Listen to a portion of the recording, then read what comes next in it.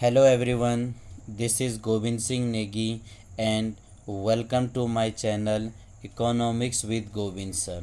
So student, this is the sixth part of the chapter Government Budget and the Economy.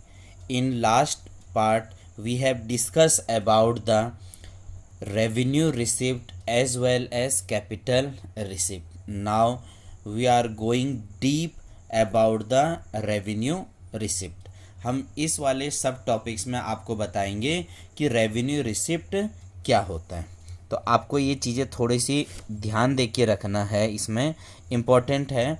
कभी कभी इसमें definition, clear cut definition पूछा जाता है, तो आपने इसे लिखना भी है और समझना भी है कि रेवेन्यू रिसिप्ट क्या होता है।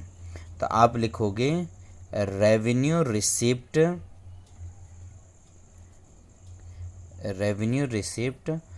Are those estimated receipt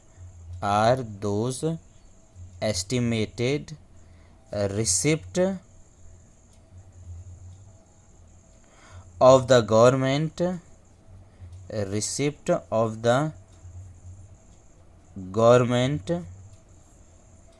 during the fiscal year। अब मैंने आपको फिस्कल ईयर का मीनिंग क्लियरली बता रखा है। During the fiscal year which do not affect assets or liability status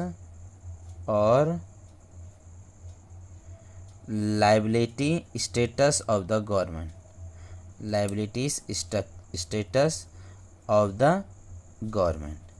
ऐसा रिसिप्ट जो ना तो सरकार के एसेट्स को असर करता है ना सरकार के लायबिलिटीज़ को असर करता है, उसे हमने क्या बोल दिया है, रेवेन्यू रिसिप्ट। जैसे कि आपको शॉर्ट में इसे बताते हैं, मतलब which do not create liability, जो सरकार के ना लायबिलिटी को बढ़ाता है ना घटाता है, और do not lead to reduction in assets, और ना ही जो सरकार के एसेट्स को कम करता है, उसे हमने क्या बोला हुआ है, रेवेन्यू रिसिप्ट। अब यहाँ से थोड़ा सा पॉइंट को समझना है आपने। जो रेवेन्यू रिसिप्ट है, जो क्या है, रेवेन्यू रिसिप्ट है, that is divided into 2 parts. इसको 2 पार्ट्स में हमने रेवेन्यू रिसिप्ट को डिवाइड किया है। First one is called tax receipt, ऐसा पेमेंट जो सरकार को टैक्स के फॉर्म पे आता है, उसे हमने बोला हुआ है टैक्स रिसिप्ट। और another one is a non tax receipt, ऐसा रिसिप्ट जो सरकार को टैक्स के फॉर्म पर नहीं आता है, उसे हमने बोला हुआ है नॉन टैक्स रिसिप्ट। मतलब सरकार के पास पैसा आएगा, जो चीज़ें हैं, जो सोर्स ऑफ इनकम जो गवर्नमेंट की है, उन चीज़ों को हमने क्या बोला है, रेवेन्यू रिसिप्ट के अंदर रखा हुआ है। तो हमारा पहला सब टॉपिक्स अब हम डिस्कस कर रहे हैं। फर्स्ट सब topics that is tax receipt. अब टैक्स में सरकार को पैसा कैसे करके मिलता है। अब कोई आपसे पूछ दें कि व्हाट इज टैक्स, ऐसे क्वेश्चन पूछ दिया इसने, व्हाट इज टैक्स, टैक्स क्या है,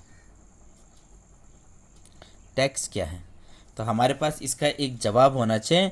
tax it is a compulsory payment, it is a compulsory payment, it is a compulsory payment imposed by the government. जो टैक्स है वो क्या है, एक कंपल्सरी पेमेंट है, जो किसके द्वारा लगाया गया है, सरकार के द्वारा लगाया गया है। इसलिए तो हम इन चीज़ों को मना नहीं कर सकते हैं। तो ये हो गया हमारा टैक्स। अब टैक्स रिसिप्ट में क्या हो गया, सेम चीज़ें हैं।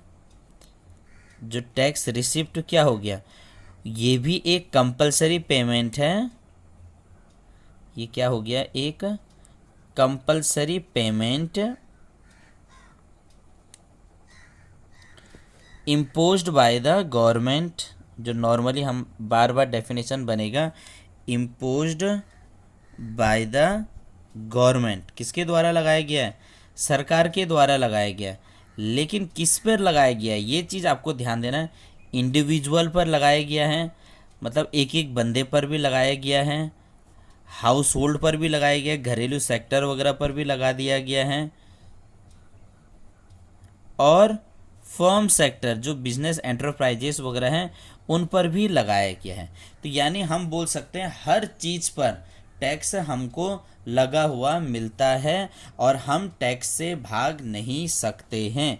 टैक्स तो लगाया गया है तो आपको देना ही पड़ेगा। अब जो टैक्स देना पड़ेगा तो कुछ तो वो डायरेक्ट फॉर्म पे देना पड़ेगा और कुछ हमें इनडायरेक्ट फॉर्म पे देना पड़ेगा।